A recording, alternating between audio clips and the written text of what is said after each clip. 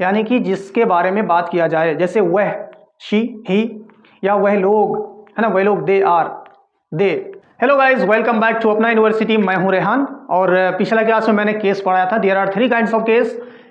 मतलब केस किसका होता है, केस मतलब किसको कहते हैं कि जब कोई नाउन या प्रोनाउन, प्रोनाउन अक्सर जो है जब सब्जेक्ट में होता है तो वो अलग रूप में होता है, ऑब्जेक्ट में होता है तो अलग रूप में होता है, जब पजेसिव एडजेक्टिव होता है या पजेसिव प्रोनाउन होता है तो वो अलग अलग इस फॉर्म में होता है, तो उसी को हम लोग केस कहते हैं ना। There are 3 kinds of case.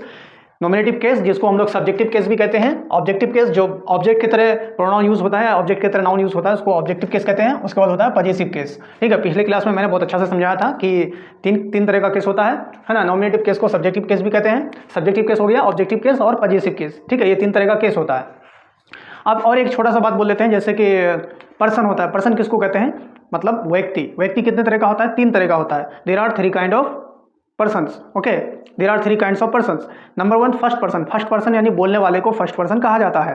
The one who is talking is called first person. ठीक है, सेकंड पर्सन किसको कहते हैं, सेकंड पर्सन सुनने वाले को कहते हैं। जैसे मैं अभी बात कर रहा हूँ, मैं फर्स्ट पर्सन, आप सुन रहे हैं तो आप हो जाएंगे सेकंड पर्सन। और जिसके बारे में यानी जिस व्यक्ति के बारे में बात किया जाए उसको हम लोग बोलेंगे थर्ड पर्सन। ठीक है, 3 तरह का पर्सन होता है, फर्स्ट पर्सन, सेकंड पर्सन और थर्ड पर्सन। फर्स्ट पर्सन यानी बोलने वाला, सेकंड पर्सन सुनने वाला, थर्ड पर्सन जिसके बारे में बात किया जाए। ठीक है, तो फर्स्ट पर्सन यहाँ पे कौन कौन हो जाएगा, जैसे आई और वी, मतलब हम लोग। मैं बात करने वाला हूँ तो मैं आई हो गया। वी मतलब अगर 2-4 आदमी रहेंगे तो वी बोलेंगे, वी मतलब हम लोग। ठीक है, तो ये क्या हो जाएंगे, फर्स्ट पर्सन।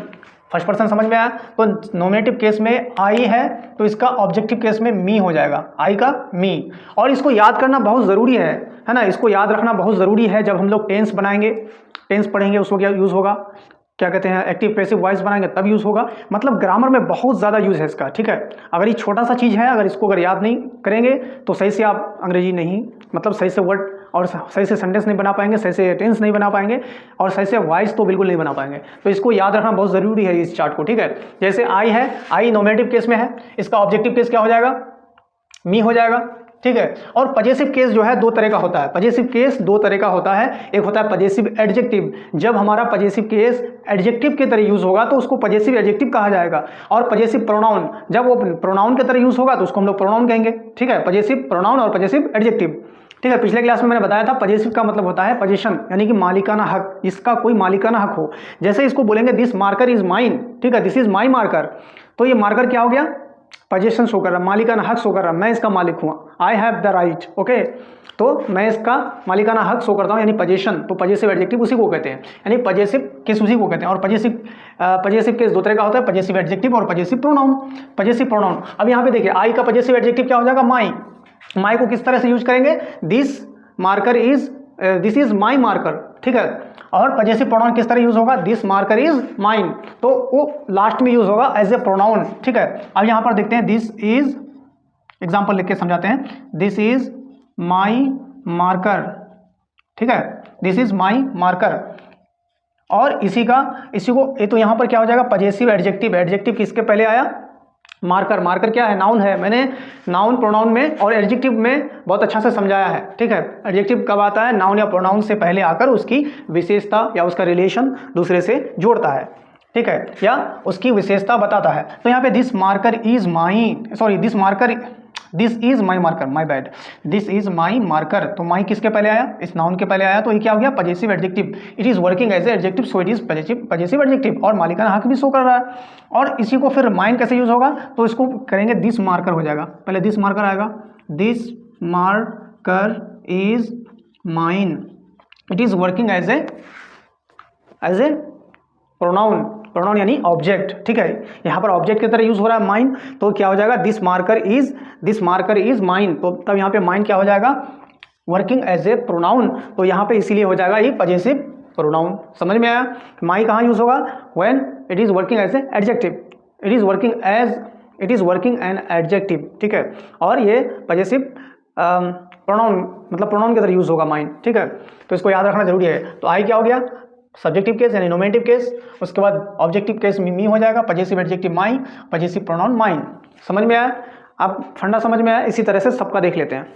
ठीक है, तो वी पजेसिव एडजेक्टिव है, सॉरी सब्जेक्टिव केस में है वी, सब्जेक्टिव केस यानी नोमेटिव केस, और ऑब्जेक्टिव केस वी का क्या हो जाएगा, अस, और पजेसिव एडजेक्टिव क्या हो जाएगा, आवर, और पजेसिव प्रोनाउन आवर्स, ठीक है, उधर यस लगता है समय।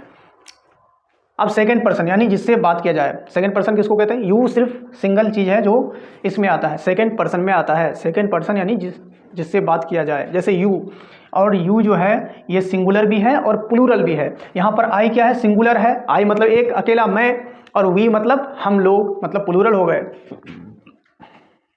यू सिंगुलर भी होता है, प्लूरल भी होता है। यू सब्जेक्टिव केस इसका क्या है, यू है, और ऑब्जेक्टिव केस में भी यू होगा, और पजेसिव एडजेक्टिव में योर हो जाएगा, और possessive pronoun yours.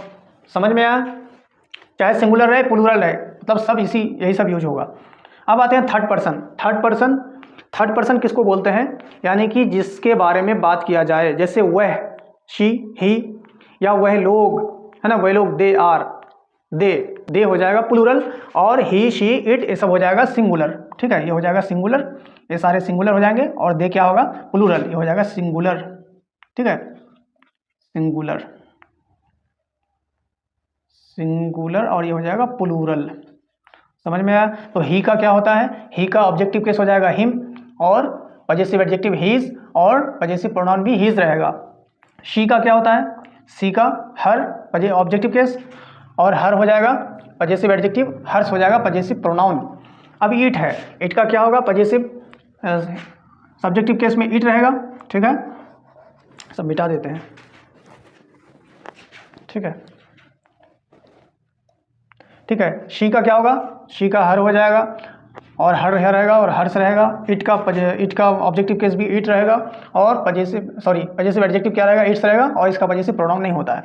They, THEY दे मतलब वे लोग, तो दे का ऑब्जेक्टिव केस क्या हो जाएगा, देम, THEM देम, उसका पजेसिव एडजेक्टिव देयर, और possessive pronoun theirs, THEIRS, last में एस लगेगा, देयर्स। यहाँ तक समझ में आया आप लोगों को, और इसको याद रखना बहुत ज़रूरी है, ठीक है। जैसे सब्जेक्टिव केस आई का क्या है, subjective case I, me, my, mine, इस तरह से याद कर लेना है। I, me, my, mine, we, us, our, ours, you, your, yours, ठीक है।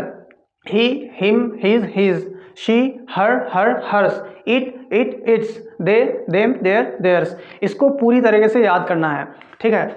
जब तक याद नहीं करेंगे, इसको याद नहीं रखेंगे, तो आपको ना ग्रामर सही से ना वॉइस बनेगा, ना सही से आपका सेंटेंस बनेगा, यानी सही से टेंस नहीं सीख पाएंगे। तो इसी तरह से आपको याद कर लेना है, सबको याद रखना है। वीडियो को लाइक कर दीजिए, कमेंट कर दीजिए, और फिर मिलते हैं नेक्स्ट क्लास में। Till then you keep watching, keep learning, and best of luck. अगर चैनल को सब्सक्राइब नहीं किया है तो प्लीज़ सब्सक्राइब कर लीजिए।